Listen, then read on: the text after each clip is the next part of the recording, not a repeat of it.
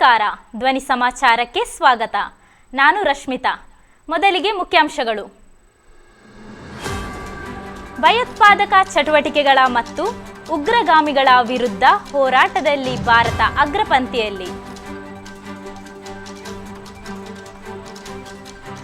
ಬೆಂಗಳೂರಲ್ಲಿ ತಪ್ಪಿದ ಸೇನಾ ವಿಮಾನ ದುರಂತ. ಟೆಕ್ನಿಕಲ್ ಸಮಸ್ಯೆಯಿಂದ ಸೇನಾ ವಿಮಾನ ತುರ್ತು ಭೂಸ್ಪರ್ಶ. ಬೆಂಗಳೂರು ಜ್ಯೂಸ್ ಮತ್ತು ನೀರಿನಲ್ಲಿ ಬೆರೆಸಿ ಕುಡಿಯುವ ಹೊಸ ಡ್ರಗ್ಸ್ ಜಾಲ ಭೇದಿಸಿದ ಬೆಂಗಳೂರು ಪೊಲೀಸರು. ದಕ್ಷಿಣ ಕನ್ನಡ ಗ್ರಾಮ ಪಂಚಾಯತ್ ನಗರಸಭೆಯ ನಕಲಿ ದಾಖಲೆ ಸಿದ್ಧಪಡಿಸುತ್ತಿದ್ದ ಜಾಲ ಪತ್ತೆ. ಓರ್ವ ಸೆರೆ.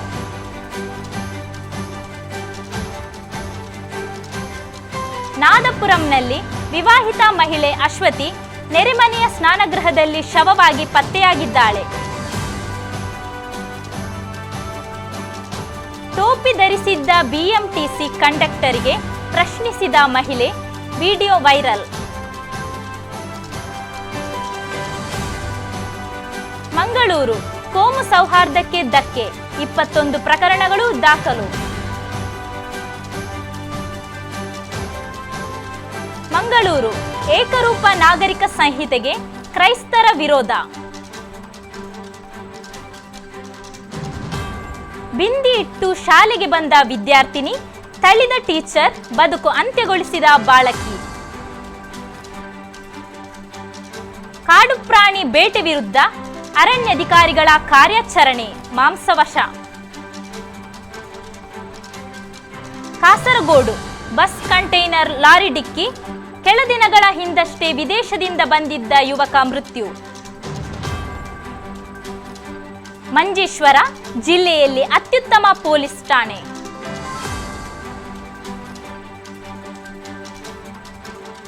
ಕುಂತೂರು ಬಳಗದಿಂದ ಮನೆ ಮನೆ ಜಾಗೃತಿ ಕಾರ್ಯಕ್ರಮ. ಬಂಟ್ವಾಳ ತಲೆದಿಂಬು ಹಾಗೂ ಹಾಸಿಗೆ ತಯಾರಿಕಾ ಫ್ಯಾಕ್ಟರಿಯಲ್ಲಿ ಅಗ್ನಿ ಅವಘಡ, ಲಕ್ಷಾಂತರ ರೂಪಾಯಿ ನಷ್ಟ. ಬೆಳ್ತಂಗಡಿ ಕೊರಗಜ್ಜನ ಕಟ್ಟೆಗೆ ದುಷ್ಕರ್ಮಿಗಳಿಂದ ಬೆಂಕಿ. ಯನ್ಮಕಜೆಯಲ್ಲಿ ಮಳೆಗೆ ಮನೆ ಕುಸಿತ, ಅಪಾರ ನಾಶನಷ್ಟ.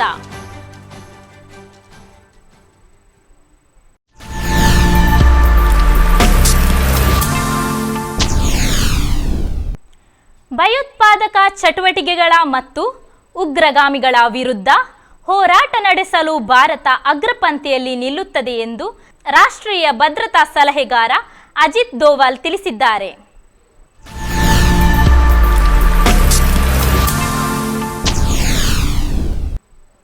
ಬೆಂಗಳೂರು ನಗರದಲ್ಲಿ ಭಾರೀ ದುರಂತವೊಂದು ತಪ್ಪಿದ್ದು, ಟೆಕ್ನಿಕಲ್ ಸಮಸ್ಯೆ ಹಿನ್ನೆಲೆ ಸೇನಾ ವಿಮಾನವೊಂದು ತುರ್ತು ಭೂಸ್ಪರ್ಶ ಮಾಡಿದೆ.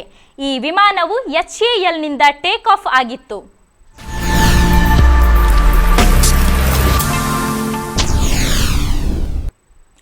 ಬೆಂಗಳೂರು ಮಾದಕ ಲೋಕದಲ್ಲಿ ನೂತನ ಶೈಲಿಯ ಡ್ರಗ್ಸ್ ಜಾಲದ ಹಿಂದೆ ಬಿದ್ದಿದ್ದ ಬೆಂಗಳೂರು ಪೊಲೀಸರು ಭರ್ಜರಿ ಬೇಟೆಯಾಡಿದ್ದಾರೆ.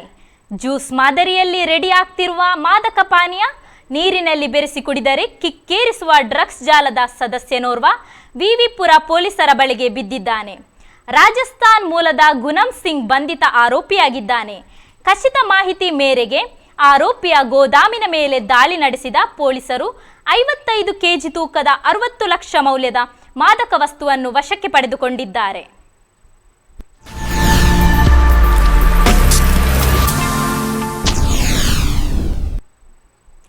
ಗ್ರಾಮ ಪಂಚಾಯತ್ ಮತ್ತು ನಗರಸಭೆಯ ನಕಲಿ ಸೀಲು ಹಾಗೂ ಸಹಿ ಬಳಸಿ ದಾಖಲೆ ಸಿದ್ಧಪಡಿಸುತ್ತಿದ್ದ ಜಾಲವನ್ನು ಪುತ್ತೂರು ತಾಲೂಕು ಪಂಚಾಯತ್ ಕಾರ್ಯನಿರ್ವಾಹಕ ಅಧಿಕಾರಿಯವರು ಪತ್ತೆ ಹಚ್ಚಿದ್ದು, ಈ ಸಂಬಂಧ ವಿದ್ಯುತ್ ಗುತ್ತಿಗೆದಾರ ಸಂಸ್ಥೆ BB ಎಲೆಕ್ಟ್ರಿಕ್ ಮತ್ತು ಪ್ಲಂಬಿಂಗ್ನ ಓರ್ವ ವ್ಯಕ್ತಿಯನ್ನು ಪೊಲೀಸರು ವಶಕ್ಕೆ ಪಡೆದಿದ್ದಾರೆ.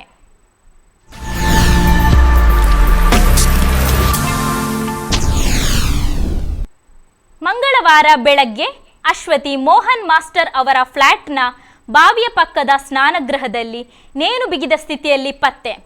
ಮೋಹನ್ ಮಾಸ್ಟರ್ ಬೆಳಗ್ಗೆ ಸ್ನಾನಗೃಹಕ್ಕೆ ತೆರಳಿದ್ದು, ಈ ಸಂದರ್ಭ ಬಾವಿ ರಾಟೆಗೆ ಹಗ್ಗ ಕಟ್ಟಿದ್ದ ಭಾಗದಲ್ಲಿ ಯುವತಿ ನೇಣು ಬಿಗಿದ ಸ್ಥಿತಿಯಲ್ಲಿ ಕಂಡುಬಂದಿದೆ. ನಾದಪುರಂ ಪೊಲೀಸರು ಸ್ಥಳಕ್ಕಾಗಮಿಸಿ ತಹಸೀಲ್ದಾರ್ ಸಮ್ಮುಖದಲ್ಲಿ ಪರಿಶೋಧನೆ ನಡೆಸಿದರು. ಮೃತದೇಹವನ್ನು ಮರಣೋತ್ತರ ಪರೀಕ್ಷೆಗೆ ಕೋಝಿಕೋಡ್ ವೈದ್ಯಕೀಯ ಕಾಲೇಜು ಆಸ್ಪತ್ರೆಗೆ ರವಾನಿಸಲಾಗಿದೆ.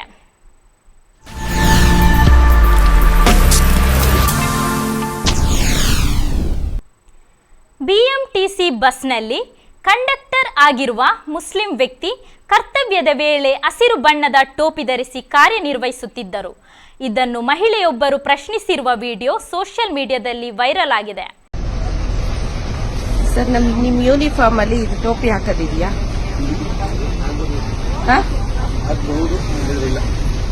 ಹಾಕ್ಬೋದು ಅಂದ್ರೆ ನಿಮ್ ಧರ್ಮ ನೀವು ಮನೇಲಿ ಮಾಡ್ಕೊಳ್ಳಿ.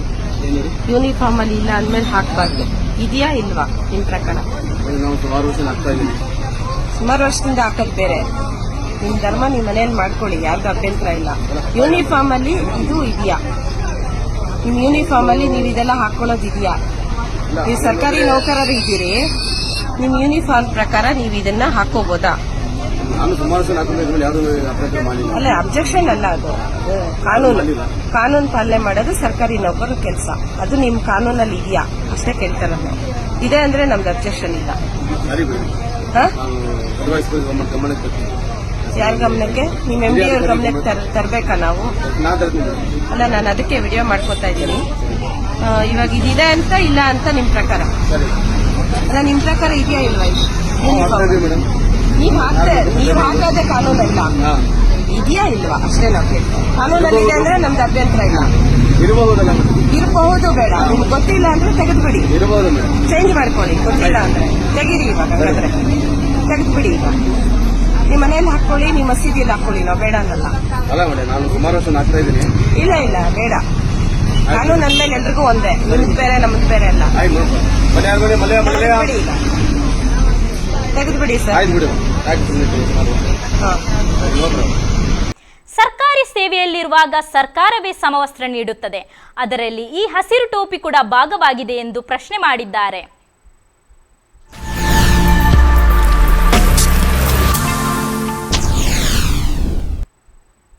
ಕೊರಗಜ್ಜನಗುಡಿಗೆ ಬೆಂಕಿ ಇಟ್ಟು ವಿಕೃತಿ ಮೆರೆದ ಘಟನೆ ವೇಣೂರು ಸನಿಹದ ಬಾಡೂರುವಿನಲ್ಲಿ ನಡೆದಿದ್ದು, ವೇಣೂರು ಪೊಲೀಸರು ಸ್ಥಳಕ್ಕೆ ತೆರಳಿ ಪರಿಶೀಲನೆ ನಡೆಸಿ ಪ್ರಕರಣ ದಾಖಲಿಸಿಕೊಂಡಿದ್ದಾರೆ.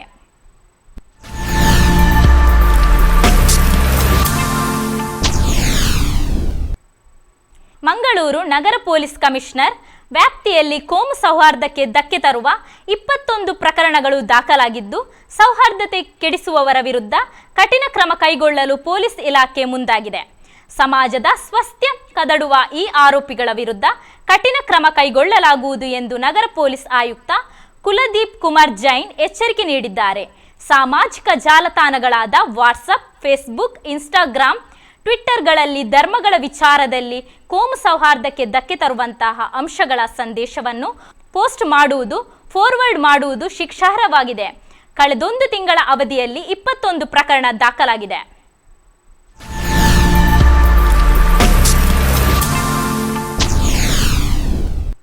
ಮಂಗಳೂರು ಕೇಂದ್ರ ಸರ್ಕಾರ ಜಾರಿಗೆ ತರಲು ಉದ್ದೇಶಿಸಿರುವ ಏಕರೂಪ ನಾಗರಿಕ ಸಂಹಿತೆಗೆ ಧರ್ಮ ಪ್ರಾಂತ್ಯವು ವಿರೋಧ ವ್ಯಕ್ತಪಡಿಸಿದೆ. ವೈಯಕ್ತಿಕ ಕಾನೂನು ಭಾರತೀಯ ಕ್ರೈಸ್ತರು ಪಾಲಿಸುವ ಧರ್ಮದ ಭಾಗ. ಕ್ರೈಸ್ತರ ಧಾರ್ಮಿಕ ವಿಚಾರದಲ್ಲಿ ಅನಪೇಕ್ಷಿತ ಹಸ್ತಕ್ಷೇಪವಿದೆ ಎಂದು ಧರ್ಮ ಪ್ರಾಂತ್ಯದ ಪ್ರಮುಖರು ಅಭಿಪ್ರಾಯಪಟ್ಟಿದ್ದಾರೆ.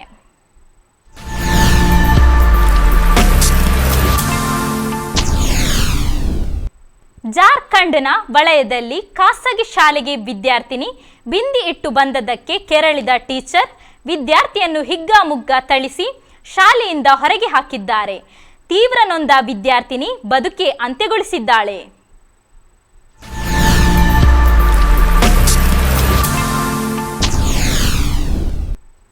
ತಂಡವೊಂದು ಕಾಡು ಪ್ರಾಣಿಗಳನ್ನು ಬೇಟೆಯಾಡಿ ಖಾದ್ಯ ತಯಾರಿಸುತ್ತಿದ್ದ ವೇಳೆ ಅರಣ್ಯಾಧಿಕಾರಿಗಳು ದಾಳಿ ನಡೆಸಿ ಬೇಯಿಸಿದ ಮಾಂಸ ವಶಕ್ಕೆ ಪಡೆದ ಘಟನೆ ಸುಳ್ಯ ಗಡಿಭಾಗದಲ್ಲಿ ನಡೆದಿದೆ.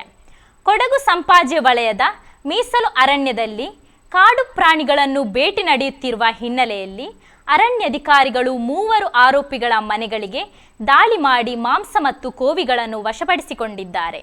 ಅರಣ್ಯಾಧಿಕಾರಿಗಳು ದಾಳಿ ನಡೆಸುತ್ತಿದ್ದಂತೆ ಆರೋಪಿಗಳು ತಲೆಮರೆಸಿದ್ದಾರೆ.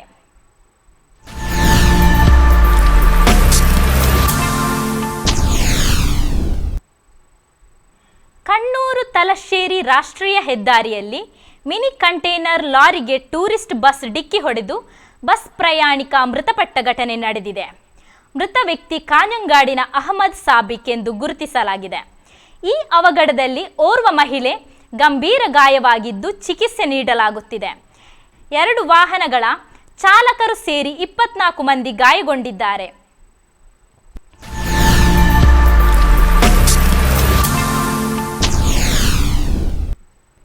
ಜಿಲ್ಲೆಯಲ್ಲಿ ಅತ್ಯುತ್ತಮ ಪೊಲೀಸ್ ಠಾಣೆಯಾಗಿ ಮಂಜೇಶ್ವರ ಪೊಲೀಸ್ ಠಾಣೆ ಆಯ್ಕೆಯಾಗಿದೆ. ಏಪ್ರಿಲ್ ಮತ್ತು ಮೇ ತಿಂಗಳ ಅತ್ಯುತ್ತಮ ಪೊಲೀಸ್ ಅಧಿಕಾರಿಯಾಗಿ Manjeshwar principal SI N Ansar ಆಯ್ಕೆಯಾಗಿದ್ದಾರೆ.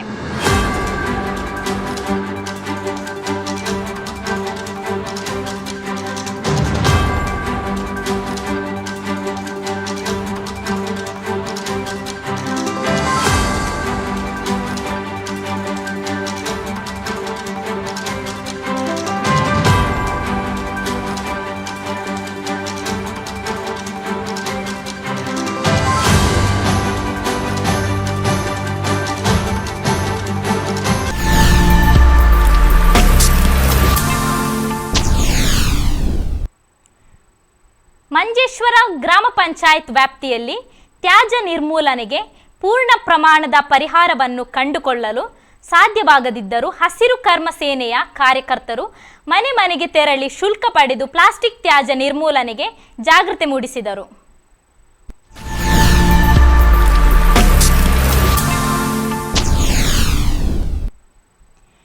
ಮಂಗಳವಾರ ಸುರಿದ ಗಾಳಿ ಮಳೆಗೆ ಎನ್ಮಕಜೆ ಎಂಬಲ್ಲಿ ಮನೆಯ ಮಾಡೊಂದು ಧರಾಶಾಯಿಯಾಗಿ ಅಪಾರ ನಾಶನಷ್ಟ ಸಂಭವಿಸಿದೆ. ಇಲ್ಲಿನ ಕಾರ್ಪೆಂಟರ್ ಕಾರ್ಮಿಕರಾದ ಡೇವಿಡ್ ಡಿಸೋಜಾ ಎಂಬವರ ಹಂಚು ಹಾಕಿದ ಮನೆ ನಿನ್ನೆ ಭಾಗಶಃ ಹಾನಿಗೀಡಾಗಿದ್ದು, ಈ ವೇಳೆ ಮನೆಯಲ್ಲಿ ಯಾರೂ ಇಲ್ಲದಿರುವುದರಿಂದ ಭಾರೀ ದುರಂತವೊಂದು ಕೈತಪ್ಪಿರುವುದಾಗಿ ತಿಳಿದು ಬಂದಿದೆ. ಈ ಬಗ್ಗೆ ಪೆರ್ಲ ಗ್ರಾಮ ಕಚೇರಿಗೆ ಮಾಹಿತಿ ನೀಡಲಾಗಿದ್ದು, ಎನ್ಮಕಜೆ ಗ್ರಾಮ ಪಂಚಾಯತ್ ಅಧ್ಯಕ್ಷ ಸೋಮಶೇಖರ್ ಜೆಎಸ್ ಸ್ಥಳ ಸಂದರ್ಶಿಸಿದ್ದಾರೆ.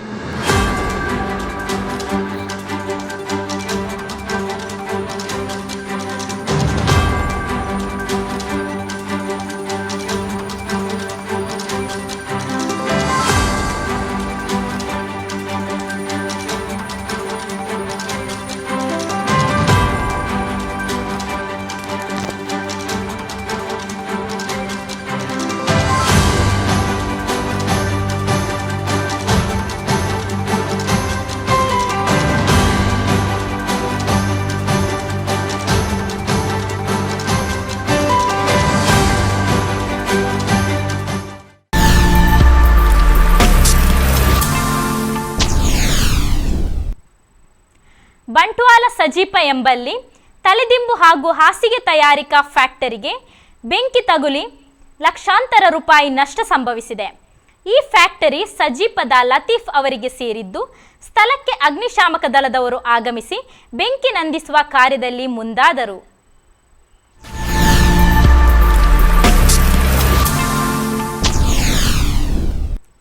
ನಿರಂತರ ಸುದ್ದಿಗೆ ನೋಡ್ತಾ ಇರಿ ನಮ್ಮ ಧ್ವನಿ ಮೀಡಿಯಾ.